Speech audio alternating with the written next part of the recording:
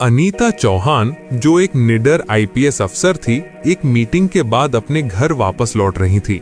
रात के 11 बज चुके थे और वो पटना की सुनसान रोड पर तन्हा चल रही थी। ड्यूटी में थोड़ा लेट हो गया था। चलते चलते जब वो एक सुनसान मुकाम पर पहुंची तो सड़क के दरमियान एक बूढ़ा साधु खड़ा था और जैसे ही उस बूढ़े साधु ने थोड़े हौसले से एक खूबसूरत और जवान लड़की को रात के उस पहर अपनी तरफ आता देखा तो वो बेसब्री से उसका इंतजार करने लगा। अचानक बूढ़ा साधु सड़क के दरमियान आता खड़ा हो गया और अनीता का रास्ता रोकते हुए उसे ऊपर से नीचे तक घूरते हुए देखने लगा। अनीता उसकी साइड से गुजरकर आगे की तरफ चलने लगी तो अब बूढ़ा साधु उसके पीछे पीछे चलने लगा। हर तरफ रात का अंधेरा पूरी तरह से छाया हुआ था और अनीता का दिल धड़क धड़क रहा था। अचानक बूढ़ा साधु पीछे से तेजी से उसकी तरफ बढ़ा और उसके बाजुओं को पकड़ते हुए बोला, हाँ, कहाँ से आ रही हो और मुझसे मिले बगैर जा रही हो? बूढ़े साधु के चेहरे पर एक अजीब सा नशा था। अनीता बोली, वो एक जरूरी काम था, वहां से होकर घर जा रही थी। अचानक बूढ़े साधु ने उसके बालों को पकड़कर अपनी तरफ खींचते हुए कहा, मुझे नहीं बताया जाएगा कि वो क्या जरूरी काम था? अनीता बोली, वो एक जरूरी मीटिंग थी। अचानक बूढ़ा साधु हंसने लगा। इस तरह की मीटिंग थी? बूढ़ा साधु बोला। फिर उसने कहा, मेरे साथ भी कोई मीटिंग कर लो। अचानक बूढ़े साधु ने उसके बाजुओं को जोर से खींचा और वहां से कपड़ा फाड़ दिया। अब अनीता समझ चुकी थी कि उसके साथ कुछ गलत होने वाला है। वो आहिस्ता आहिस्ता पीछे की तरफ हटने लगी और बूढ़ा साधु उसकी तरफ बढ़ने लगा। इसी तरह चलते चलते जब बूढ़े साधु ने उसे पकड़ने के लिए उसकी तरफ छलांग लगाई तो अनीता ने अचानक तेजी से भागना शुरू कर दिया और बूढ़ा साधु भी उसके पीछे तेजी से भागने लगा। अनीता की सांसें तेज हो चुकी थी। वो जान लगाकर हांफती कांपती अपनी जान बचाने के लिए तेजी से भाग रही थी। अचानक बूढ़े साधु ने उसे पीछे से धक्का दे दिया और वो सड़क के दरमियान जा गिरी। बूढ़े साधु के चेहरे पर अब एक अजीब सा नशा आ गया था। वो नीचे गिरी हुई लड़की को अजीब सी नजरों से देखने लगा। अनीता नीचे सड़क पर गिरी हुई थी। अब बचने का कोई रास्ता बाकी नहीं रहा था। अचानक बूढ़ा साधु भी सड़क पर बैठ गया और जैसे ही उसे पकड़ने के लिए अपने दोनों हाथ आगे बढ़ाए, अनीता ने अचानक जोर से उसे धक्का दिया और पीछे की तरफ धकेल दिया। अनीता नीचे से उठ खड़ी हुई तो बूढ़ा साधु तेजी से उसके पास आया और उसे पीछे से आकर पकड़ लिया। अचानक अनीता ने जोरदार आवाज से कहा, देखो, मुझे जाने दो, ये तुम ठीक नहीं कर रहे, वरना तुम्हें इसका अंजाम भुगतना पड़ेगा। लेकिन बूढ़ा साधु अब दीवाना हो चुका था। अचानक बूढ़ा साधु बोला, ओहो, मैं तो डर गया। बूढ़े साधु ने अपने पास रखी भांग की बोतल उठाई और लड़की की तरफ बढ़ने लगा। फिर बूढ़े साधु ने भांग का ढक्कन खोला और लड़की जो सड़क के बीच बैठी थी उसके ऊपर डालने लगा। अब लड़की पूरी तरह से भांग से भीग चुकी थी। देखते ही देखते बूढ़े साधु ने आधी भांग पीने के बाद अनीता को बोतल पकड़ाते हुए कहा, ये लो, पियो। अनीता ने डरते हुए कहा, नहीं, मैं नहीं पीती हूँ। बूढ़े साधु ने अनीता के बदन को घूरते हुए कहा, पी लो, वरना तेरे साथ वो करूंगा कि तू किसी को भी दिखाने के काबिल नहीं रहेगी। अनीता, जो एक आईपीएस अफसर थी, ने बूढ़े साधु के हाथ से वो बोतल लेकर पीने लगी। अब बूढ़ा साधु बेसब्री से अनीता की तरफ देखने लगा, जैसे उसका मकसद पूरा होने जा रहा हो। और फिर क्या होना था? देखते ही देखते अनीता का सारा वजूद जैसे चकरा गया। उसने अपने दोनों हाथ सर पर रख लिए। क्या हो रहा है? बूढ़ा साधु इंतजार में था कि उसका नशा अपनी इंतहा पर पहुंचे और उसी वक्त अनीता मदहोशी के आलम में सड़क के बीच लेट गई।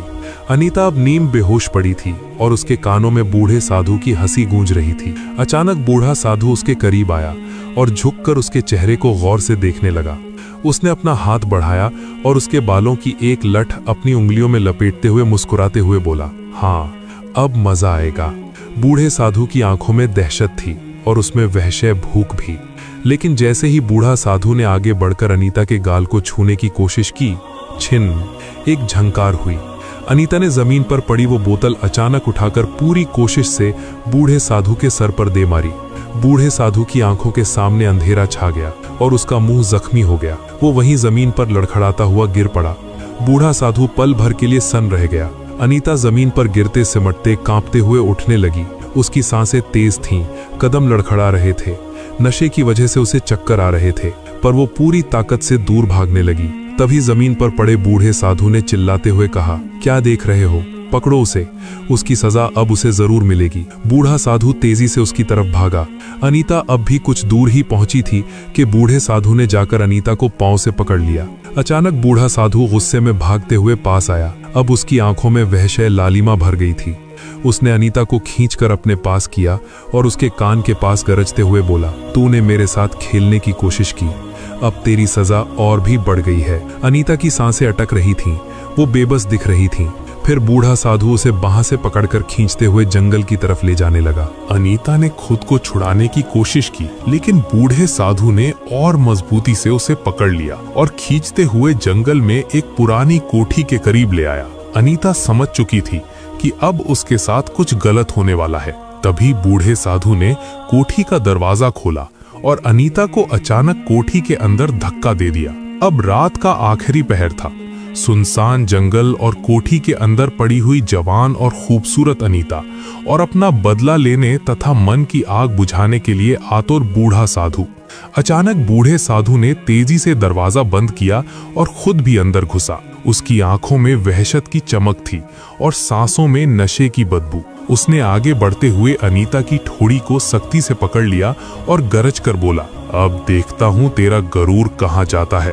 तुमने मुझे सबके सामने जलील किया है, अब तुम्हारी चीखें ही मेरी जीत बनेंगी। अनीता की आंखों में आंसू थे और होठों पर सरदन सा था। वो खुद को कोने में समेटने लगी और जैसे ही बूढ़ा साधु झपटने ही वाला था, अनीता की नजर सामने रखे पुराने लकड़ी के तख्ते पर पड़ी। वहां एक लंबा हथियार सा डंडा रखा था। बूढ़ा साधु ने झुककर उसका चेहरा छूने की कोशिश की, लेकिन अनीता ने पूरी ताकत से वो डंडा उठाया और सीधे उसके जबड़े पर दे मारा। बूढ़ा साधु एक भयानक चीख के साथ पीछे हटा और उसका मुंह लहूलुहान हो गया। अनीता ने एक पल में बिना दरवाजा खोले अंधाधुंध भागना शुरू कर दिया। रात के सुनसान भरे जंगल की राह पर वो नंगे पांव दूर भाग रही थी। पीछे बूढ़ा साधु पीछा कर रहा था। अनीता की सांसें तेज थीं और उसके पांव छलनी हो चुके थे। तभी पीछे से बूढ़े साधु की भारी आवाज गूंजी, भागती रहा, लेकिन आज तो मेरे हाथ से बच नहीं सकती। वो पागलों की तरह जवान अनीता को दबोचने के लिए पीछा कर रहा था। अनीता ने चारों तरफ निगाह दौड़ाई तो जंगल के किनारे उसे एक पुराना सा गेट दिखा। गेट आधा खुला था और भीतर बस अंधेरा ही अंधेरा था। ये पटना के करीब कोई पुराना खंडहर सा कारखाना था। अनीता के कदम अपने आप उस तरफ बढ़ चले। वो लड़खड़ाती हुई जैसे ही भीतर घुसी, वहां टूटी फूटी ईंटें और जंगालूदा मशीनें बिखरी पड़ी थीं। अनीता एक मशीन के पीछे जाकर हांफती हुई छिप गई। उसका दिल जोर जोर से धड़क रहा था, जिसने सुनसान रात को और भी दहशतनाक बना दिया था। कुछ पल बाद गेट धड़ाम से खुला और बूढ़ा साधु अंदर घुस आया। उसके कदमों की आहट गूंज रही थी। कहाँ छिपी है? उसकी आवाज कारखाने की दीवारों से टकराकर गूंजी। अनीता अपने होठ दांतों में दबाए सांस रोके बैठी थी। बूढ़ा साधु धीरे धीरे कदम बढ़ाता हुआ अंधेरे में इधर उधर देख रहा था। तभी उसने नीचे से जंग लगी लोहे की सलाई उठाई और उसे जमीन पर रगड़ते हुए आगे बढ़ने लगा। और अचानक एक आहट सुनकर बूढ़ा साधु जोर से हंसा। तभी अचानक वही लड़की एकदम अपना चेहरा बूढ़े साधु की तरफ घुमाकर बोली, देखो, तुम ये सब ठीक नहीं कर रहे। जो तुम अब करने वाले हो उसका अंजाम तुम्हारे साथ बहुत बुरा होगा। कानून तुम्हें इसकी सजा देगा। बूढ़ा साधु हंसते हुए बोला, अरे पागल लड़की, क्या तू अभी भी सोचती है कि मैं तुझे ऐसे ही जाने दे दूंगा? आखिर मैं एक साधु हूँ। कानून वही है जो मैं चाहूँ और अभी इस वीरान जगह पर कोई तेरी चीखें सुनने वाला नहीं। अनीता डरते डरते वहाँ से उठ खड़ी हुई। अब बूढ़ा साधु नजदीक आकर उसके शरीर की खुशबू सूंघने लगा। अचानक अनीता ने एकदम बूढ़े साधु को जोर से पीछे की तरफ धक्का दिया और कारखाने से बाहर निकल आई। फिर तेजी से एक बार फिर दूर भागने लगी। लेकिन अभी वो कुछ दूर ही पहुंची थी कि जंगल की राह पर बूढ़ा साधु रास्ता रोककर उसके सामने खड़ा था। अनीता दूसरी तरफ भागना चाही तो बूढ़ा साधु पहले ही वहां पहुंच चुका था। अब अनीता के लिए तमाम रास्ते बंद हो गए थे। उसने डरते डरते